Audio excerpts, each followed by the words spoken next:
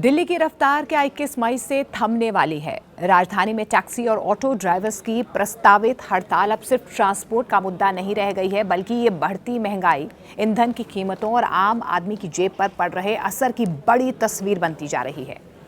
21 से 23 मई तक दिल्ली में टैक्सी और ऑटो यूनियंस ने 3 दिन के चक्का जाम का ऐलान कर दिया है।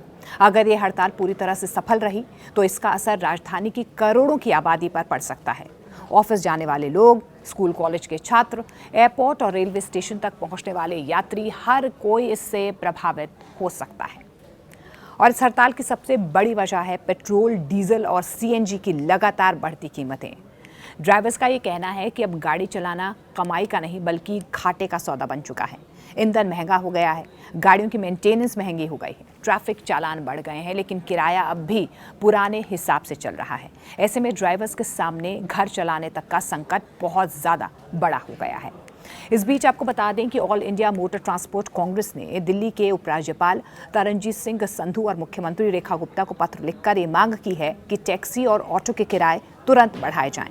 यूनियंस का ये भी कहना है कि अगर सरकार ने जल्द फैसला नहीं लिया तो आंदोलन और ज्यादा बड़ा हो सकता है। चालक शक्ति यूनियन के उपाध्यक्ष अनुज कुमार राठौर ने साफ कहा है कि लगातार बढ़ती सीएनजी, पेट्रोल और डीजल की कीमतों ने ड्राइवर्स की कमर तोड़ कर रख दी है। उन्होंने कहा कि हजारों ड्राइवर ऐसे हैं जो दिन रात मेहनत करने के बावजूद परिवार का खर्च मुश्किल से चला रहे हैं और इसी वजह से 21, 22 और 23 मई को दिल्ली में चक्का जाम का फैसला लिया गया है। इन 3 दिनों तक वाहन ना चलाने की अपील की गई है। अब अगर थोड़ा सा आंकड़ों पर नजर डालें तो ड्राइवर्स की नाराजगी की वजह समझाना मुश्किल नहीं है। मंगलवार को पेट्रोल और डीजल की कीमतों में एक बार फिर से बढ़ोतरी हुई। नई दिल्ली में पेट्रोल करीब 99 रुपए प्रति लीटर तक पहुंच चुका है। डीजल भी 91 रुपए प्रति लीटर के पार चल रहा है। सिर्फ एक हफ्ते के अंदर ये दूसरी बार है जब तेल के दाम बढ़ाए गए हैं। इससे पहले भी पेट्रोल और डीजल करीब 3 रुपए प्रति लीटर महंगे हो गए थे। सीएनजी की कीमतों ने भी राहत नहीं दी है। 15 मई को दिल्ली और मुंबई समेत कई शहरों में सीएनजी 2 रुपए प्रति किलो महंगी हुई है। फिर कुछ ही दिनों के बाद 1 रुपए और ज्यादा बढ़ा दिए गए। यानी कि जिन लोगों ने पेट्रोल डीजल से बचने के लिए सीएनजी गाड़ियां खरीदी थी, अब उनके लिए भी खर्च तेजी से बढ़ रहा है। अब ड्राइवर्स का ये कहना है कि पहले एक दिन में जितनी कमाई होती थी उसमें घर का खर्च, बच्चों की फीस, गाड़ी की ईएमआईज और ईंधन का खर्च निकल जाता था, लेकिन अब हालात बिगड़ते हुए नजर आ रहे हैं। हालात ये हैं कि दिन भर गाड़ी चलाने के बाद भी बचत नहीं हो पा रही है, बेहद कम हो रही है। कई ड्राइवर्स तो यहाँ तक ये कह रहे हैं कि आप कंपनियों के कमीशन और बढ़ते खर्चों के बीच उनकी आमदनी लगातार घटती जा रही है। दरअसल आपको बता दें कि दिल्ली में बड़ी संख्या में taxi drivers app based platforms का इस्तेमाल करते हैं, उन पर काम करते हैं। इन ड्राइवर्स का ये आरोप है कि कंपनियां लगातार अपना कमीशन यहाँ पर बढ़ा रही हैं, लेकिन किराए में उसी हिसाब से बदलाव नहीं किया जा रहा है। कई बार यात्रियों को जो सस्ता किराया दिखाने के लिए ड्राइवर्स की कमाई कम कर दी जाती है। ऐसे में ईंधन महंगा होने का सीधा बोझ जो है वो ड्राइवर्स पर पड़ रहा है, कंपनी पर नहीं पड़ रहा है। अब सवाल ये है कि आखिर ईंधन इतना महंगा क्यों हो रहा है। इन सब की सबसे बड़ी वजह यही है कि अंतर्राष्ट्रीय बाजार में कच्चे तेल की कीमतें जो है वो लगातार बढ़ रही हैं। फरवरी से जारी ईरान युद्ध ने वैश्विक तेल बाजार को हिलाकर रख दिया है। दुनिया को डर है कि अगर हालात और ज्यादा बिगड़े तो तेल सप्लाई प्रभावित हो सकती है और इसी आशंका में अंतर्राष्ट्रीय बाजार में कच्चे तेल की कीमतें लगातार बढ़ रही हैं। भारत अपनी ज़रूरत का ज़्यादातर कच्चा तेल विदेशों से आयात करता है, इसलिए जब वैश्विक बाजार में तेल महंगा होता है तो उसका असर भारत में भी दिखता है। सरकारी तेल कंपनियों का ये कहना है कि लंबे समय तक उन्होंने घाटा जो है वो झेल कर कीमतों को स्थिर रखा, लेकिन अब लगातार बढ़ते खर्च की वजह से दाम बढ़ाना बेहद ज़रूरी हो गया था।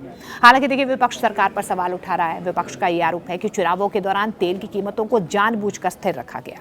अब धीरे धीरे जनता पर महंगाई का बोझ डाला जा रहा है सरकार की तरफ से। सरकार का जवाब है कि उसने आम लोगों को राहत देने की पूरी कोशिश की है। अंतर्राष्ट्रीय हालात के बावजूद लंबे समय तक कीमतों को नियंत्रित रखा गया, लेकिन इस पूरे विवाद में सबसे ज्यादा असर जो है आम जनता पर पड़ता हुआ नजर आ रहा है। अगर टैक्सी और ऑटो के किराए बढ़ते हैं तो रोज सफर करने वालों का खर्च और ज्यादा बढ़ जाएगा। ऑफिस जाने वाले लोगों को हर महीने ज्यादा पैसे देने पड़ सकते हैं। स्कूल कॉलेज जाने वाले छात्रों, छोटे कारोबारियों पर भी इसका सीधे तौर पर असर नजर आएगा। अगर हड़ताल सफल रहती है तो दिल्ली की सड़कों पर बड़ा ट्रांसपोर्ट संकट देखने को मिल सकता है। मेट्रो स्टेशन के बाहर लंबी लाइनों की कतारें लग सकती हैं, लोगों को घंटों इंतजार भी करना पड़ सकता है। एयरपोर्ट और रेलवे स्टेशन जाने वाले यात्रियों की मुश्किलें यहाँ से और ज़्यादा बढ़ सकती हैं। सबसे ज़्यादा परेशानी उन लोगों को होगी जो रोज़ाना ऑटो और टैक्सी पर निर्भर रहते हैं। हालांकि दूसरी तरफ ड्राइवर्स की दलील कमज़ोर नहीं लगती है। उनका ये कहना है कि जब हर चीज़ महंगी हो रही है, दूध, सब्जियां, स्कूल फीस, बिजली बिल, तो ट्रांसपोर्ट किराए में बदलाव क्यों नहीं किया जा रहा है? क्या नहीं होना चाहिए बदलाव? उनका ये भी आरोप है कि सरकार और कंपनियां दोनों यात्रियों को राहत देने की बात करती हैं, लेकिन ड्राइवर्स की हालत पर कोई ध्यान नहीं देता है। यूनियंस ने सरकार से ये मांग भी की है कि टैक्सी ड्राइवर्स के आर्थिक शोषण को रोकने के लिए सख्त नीतियां बनाई जाएं। उनका ये भी कहना है कि सिर्फ किराया बढ़ाना ही काफ़ी नहीं होगा, बल्कि ड्राइवर्स के लिए एक स्थायी नीति बनानी बेहद ज़रूरी है, ताकि भविष्य में हर बार सड़कों पर उतरने की नौबत ना आए।